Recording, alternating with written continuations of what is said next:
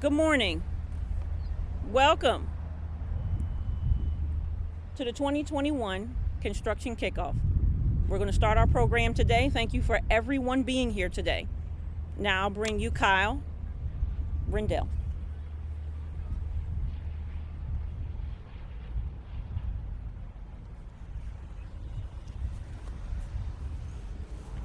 Thank you, Tiffany. Okay, good morning, everyone, to the District 7 Construction Kickoff event. My name is Kyle Rendell, and I am the Transportation Administrator for Clark County. It's an honor to kick today's event off. I'd first like to thank you all for coming and enjoying this beautiful spring morning here in Clark County. I don't think we could have asked for better weather. But with good weather comes construction. You may have noticed several barrels sprouting around our district. I want to remind you all that this is a sign of transportation progress. This year, we have 74 projects throughout District 7, which includes the I-70 project between US 68 and State Route 72 behind me. This project will complete the gap between Dayton and Columbus and will provide motorists with 3 continuous lanes in both directions. The I-70 lane add project will not only provide motorists with added interstate capacity, but will also increase safety by replacing several bridges with new structures in the area. This project began in the summer of 2018 and is scheduled to be completed in October of 2021. As the administrator, it is my team's responsibility, once this project is complete, is to maintain these assets for years to come. I want to remind you all that although the work may be completed in October of 2021, our work is actually never done. Please continue to travel with caution and be aware of your surroundings when traveling through our interstate. We have a full agenda for you today, and you'll hear from several key transportation experts. They include State Representative Kyle Kohler, Captain Danny Springs from the Ohio State Highway Patrol, Scott Schmidt from the Clark County TCC, and Josh Bowman, the District 7 construction engineer. But first, I'd like to introduce to you Mr. Jack Marchbanks, the Director of the Ohio Department of Transportation. Director Marchbanks is familiar with our roads here in District 7 and the transportation goals needed to keep our region at the forefront of transportation. One reason is because Director Marchbanks grew up just down the road in Dayton. So without further ado, I'd like to introduce to you Director Jack Marchbanks.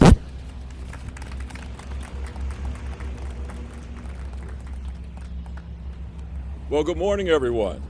It is a beautiful spring day here in God's country, Ohio. And I first of all like to compliment Kyle on his wardrobe. He's been taking tips from me. I appreciate that. But I bring you greetings on behalf of Governor Mike DeWine and Lieutenant Governor John Husted. John Husted also spent a lot of time in the Miami Valley. None of this would have been possible without the foresight and courage of Governor Mike DeWine, who back in 2019 accepted a suggestion, a recommendation from somebody who wanted to be director, me. He still hired me when I told him that we needed additional revenue investment in our state. So the fact that we put a revenue package together for the Ohio Department of Transportation, county engineers, the entire transportation steward network, the fact that we did that makes this project possible. It also keeps Ohio competitive. And by keeping Ohio competitive, we are investing $1.92 billion into the state this year. We're talking about improving 876 bridges, improving almost 4,600 miles of pavement. And as Kyle pointed out, while we're very excited that we have this project moving forward, the fact is 96 cents of every dollar we invest on behalf of the citizens of Ohio is invested in maintaining what we have. We have a tremendous asset here with our transportation system. Behind us lies 70, one of the longest interstates in the entire United States. The crossroads of 70 with 75 will become even more important in a couple of years when the Gordie Howe International Bridge opens, and it's going to supercharge this Miami Valley area because we have logistics strong now. They're going to be even stronger later. I was in conversation with Canadian Consul General Joe Comartin, And he mentioned the words Miami Valley, Dayton, and 7071 at least a dozen times in the conversation, because he knows once Gordie Howe opens, a lot of that logistics traffic is going to come right through this area and is going to be right behind us. I happened to be on the Transportation Review Advisory Council when this project was approved. And it's been a pinch point for years. And it's been unsafe for years. As Representative Kohler knows, there have been some horrific accidents just down there near 68, people losing their lives. We have members of our Ohio Department of Safety here, our Ohio State Highway Patrol. They know this is an important corridor. Safety remains a top concern for the Ohio Department of Transportation. Of those projects I talked about, we have 266 that are going to be safety projects, $178 million invested. $178 million. Ohio is now only behind Florida and California and Texas in terms of the size of its safety program. We're going to engineer as much safety into these projects as possible, but it depends on the average motorist paying attention, doing their job while they're behind the wheel, to make sure that they pay attention to our people in these construction and maintenance work zones. It's just a sad fact that we had, even with traffic down, a tremendous increase in construction work zone accidents. So I cannot emphasize enough, slow down, move over when you are driving through these construction zones. Before I hand off to Representative Kohler, I would be remiss if I did not note our contractor, John R. Jurgensen. They're doing a great job. And I'd like to acknowledge our District 16, Matt Perrell, Josh Bowman, Michelle Poore, Jackie Nickel, John Costers, Kyle Rendell, Scott Kassler, Mandy Dillon, Denise Heitkamp, Julieta Stoltz, and of course our District 7 Deputy Director, Randy Chevali. So I can't say enough about how important this project is, and it's going to be open to traffic. It's going to be open to traffic this fall. $48 million invested to get rid of one of the few pinch points on 70 in the entire state of Ohio. So thank you for coming out. I'll be available to answer questions after this, and I'd like to now bring to the lectern Representative Kohler.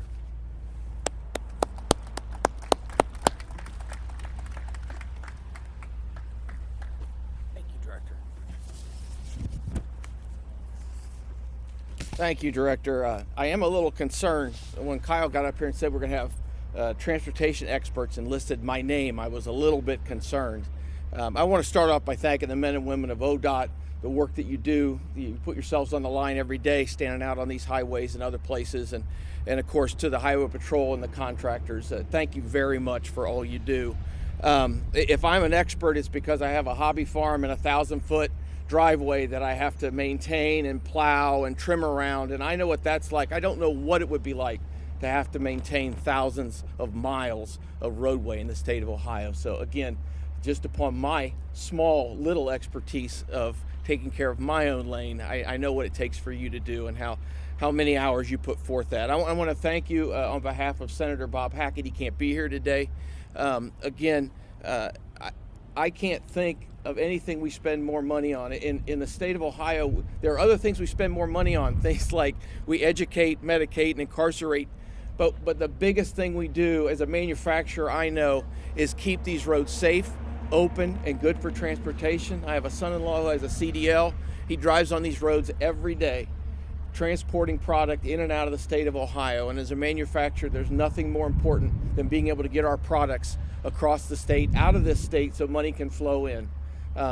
If you followed the news, you of course know that this is the time we passed 4 important budgets in the state of Ohio. One of those was the transportation budget just recently. Over $8 billion of your money is going to be spent across the state of Ohio.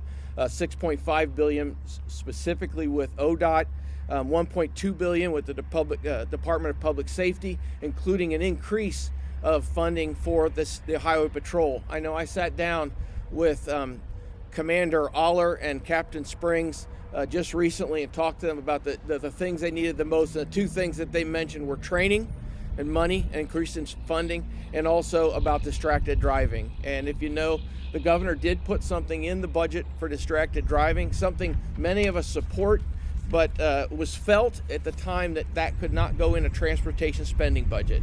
And we encouraged our colleagues to come up with a separate bill to deal with that. As someone who travels on the highway on a regular basis, as I take the exit down there and head towards Columbus, I see the folks that are distracted driving every day as they pass me looking down at their phones. That's something that needs to be taken care of. I know it puts all of you in danger, and so I know we're going to be working on that, but again, it wasn't in the budget. But there is increased funding. There's $333 million of the federal stimulus money that's going to be put into this budget, $100 million for new major construction projects, and like I said, $190 million for public transportation locally, and for money that was lost because of the pandemic. So we're working hard trying to spend your money wisely. I know you will do a great job spending that money with the contractors that you've employed. We thank you for all you do. Again, I wish we had masks. ODOT needs to spend just a little bit of money for some masks that say move over. I think that would be a great benefit. As I'm driving down the highway, I know we need to do that. But again, on behalf of the Ohio General Assembly, the Speaker of the House, the President of the Senate, thank you all so much for all you do. And it's my privilege to introduce Captain Springs, who is my go-to man when it comes to questions about the Highway Patrol and public safety. Thank you.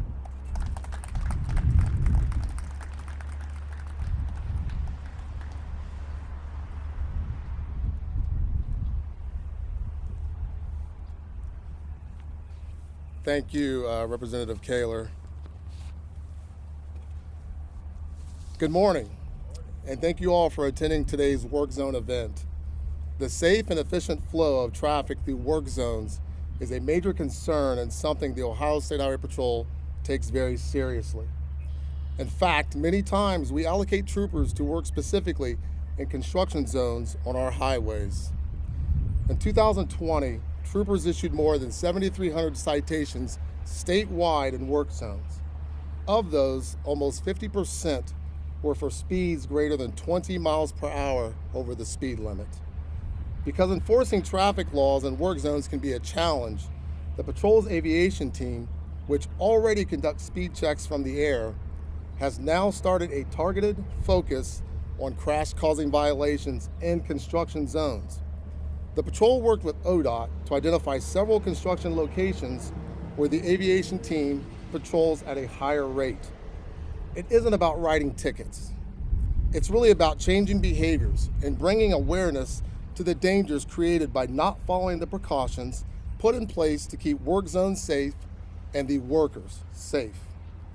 Last year, there were more than 4,500 work zone crashes. 18 of those crashes resulted in fatality, killing 19 people total. What's unfortunate is these crashes could be avoided by simply obeying traffic laws and paying attention.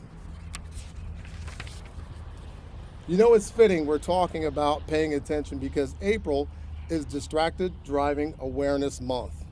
Without question, a work zone is a place where drivers must keep their full attention on the roadway and their surroundings. We know distracted driving takes place on many forms: cell phone use, talking and texting, playing video games, eating, reading, shaving, putting on makeup, the list goes on. And believe me, troopers have seen it all. But this just can't happen. Motorists cannot drive distracted.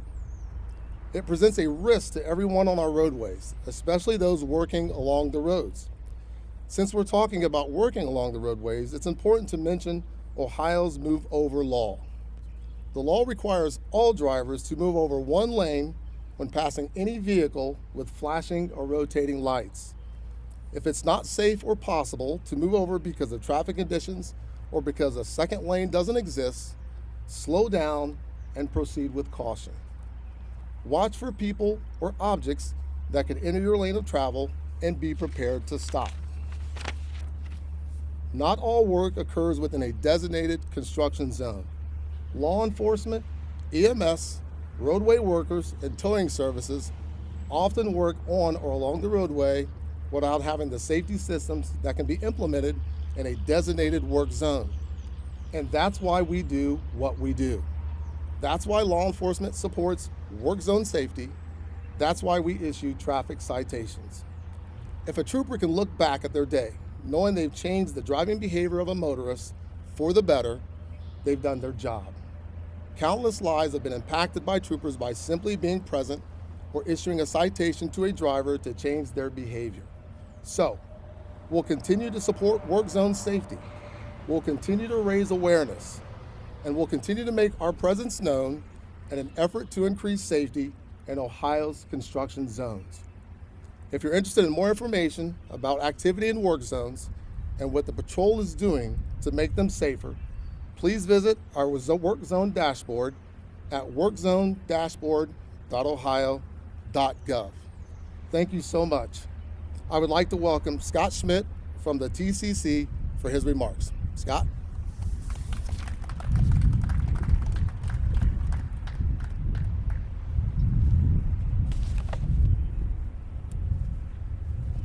Thank you, Captain Springs, and good morning to everyone.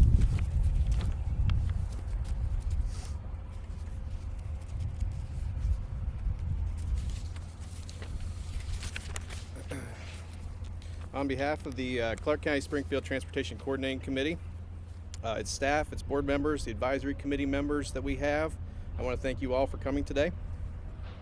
Partnerships are very important to us here at the TCC.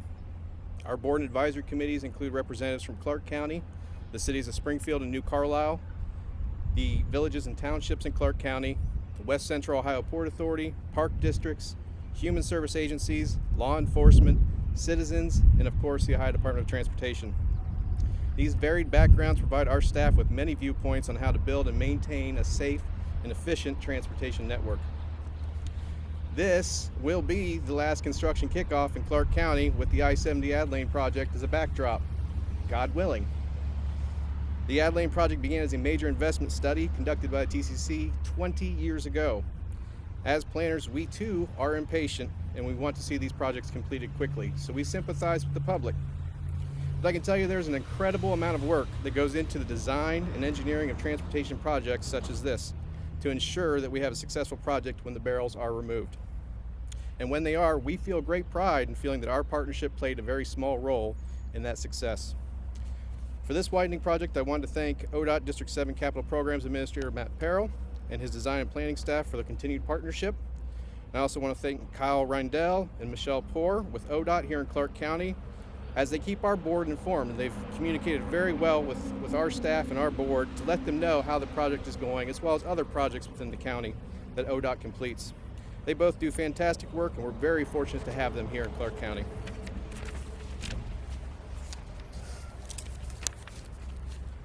I also want to acknowledge the contractors on this project and all construction projects this season. I drive this section of interstate to and from work, and I've been able to see firsthand the amount of effort that goes into a project of this magnitude. Many of our partners are here today, and they have shared or will share a common message of safety. I echo these messages, asking everyone to slow down and eliminate distractions while driving. Please partner with us and buckle up, put the phone down, and never drive under the influence of drugs or alcohol.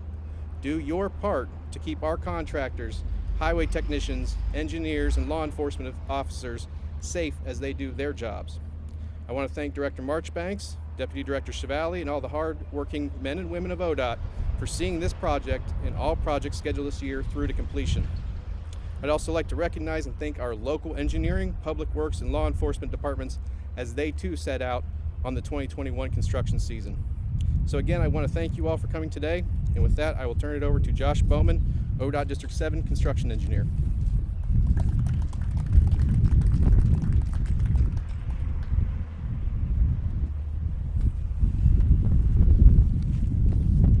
Well, good morning, everyone. Thanks, Scott, for the nice introduction.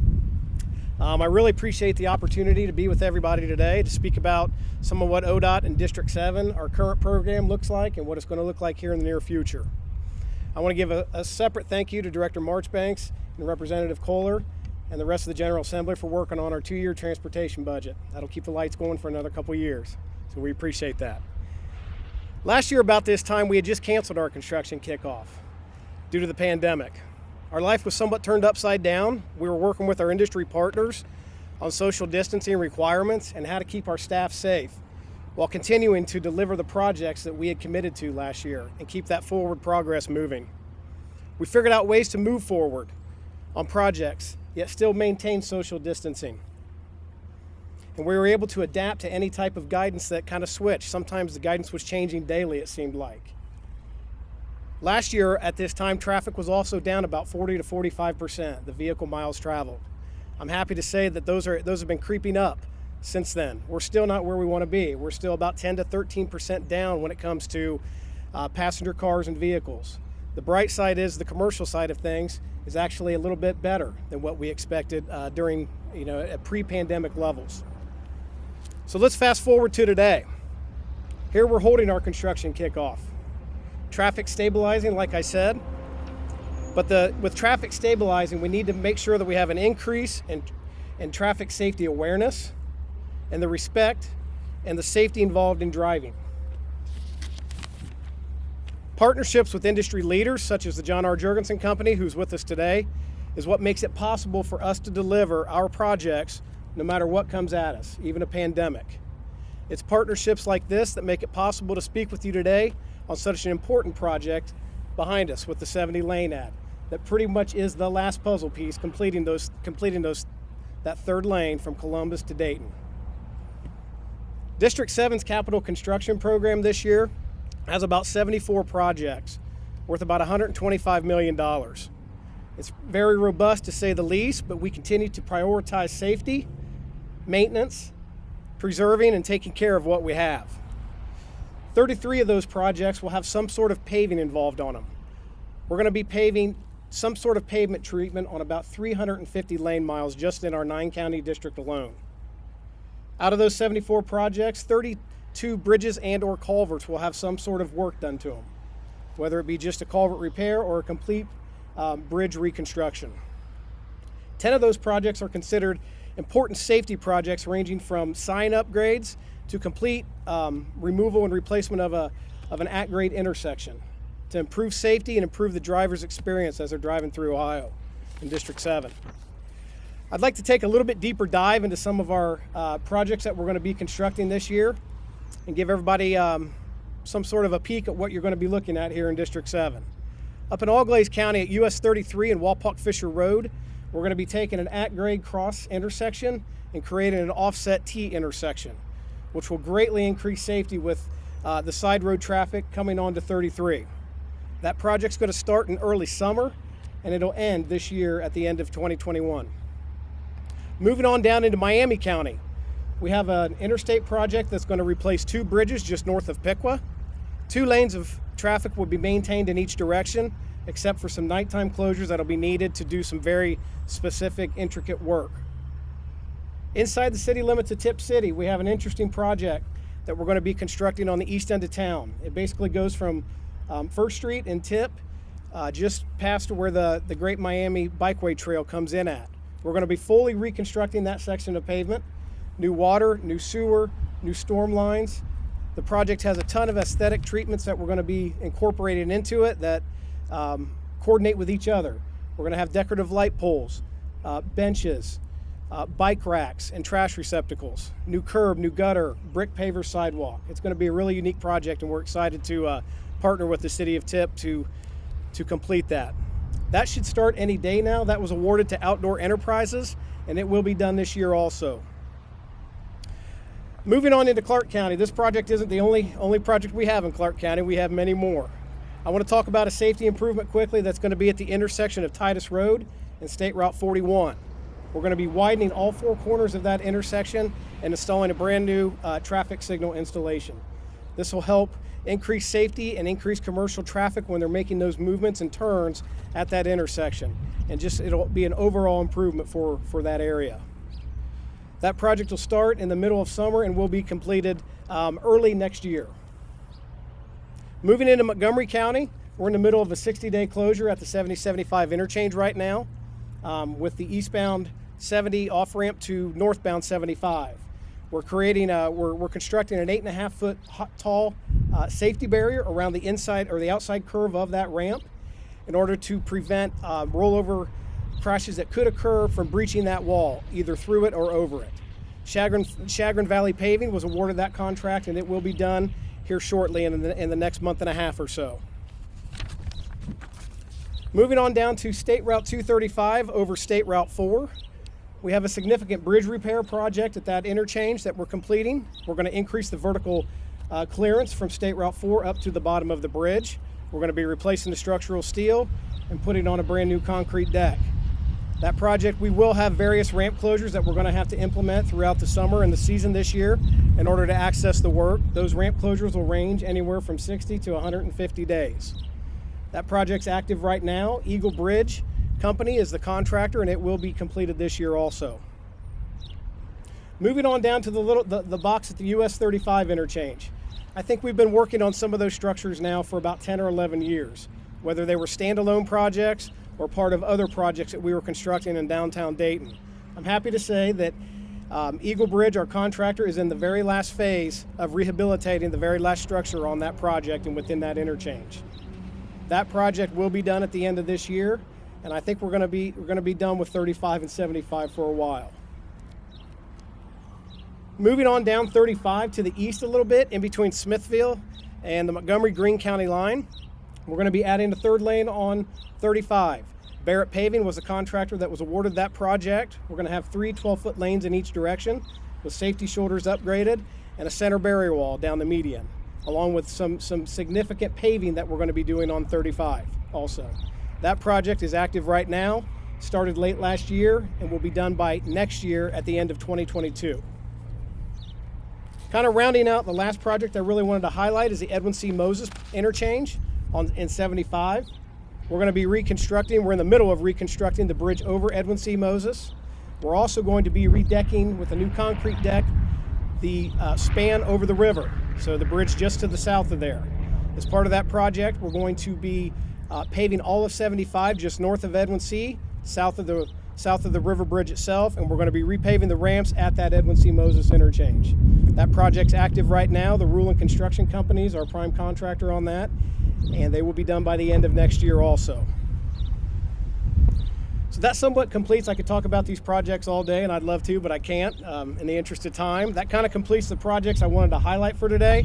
But I wanted to remind everyone that all projects that we administer at ODOT, whether they're big, small, rural, or urban, make a significant impact to the drivers of Ohio's lives every single day. Projects that may only last a week or two, where we're paving a 2-lane state route, provide years of smooth, pothole, and defect-free pavement with updated striping, rumble strips, and reflectors in the pavement that simply increase the safety for whoever travels on them. Really, all projects we construct here at ODOT and with our industry partners are for the most part, safety improvements that ensure the safe, easy movement of people and goods from place to place. Thank you for the opportunity to speak with you today. I really appreciated it. Stay safe, follow the posted speed limits, move over, don't drive distracted, and help us ensure everyone gets home every single evening for every trip they take, and that includes our crews and our staff that are in our work zones.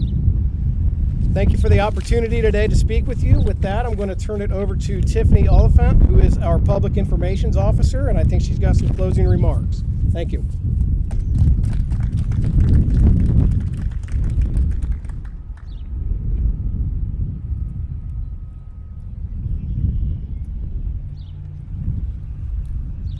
Thank you, Josh. Thank you, everyone, for being here. Actually, this concludes our program. And if you have any questions, we're open for questions, comments, and bid you adieu. Thank you.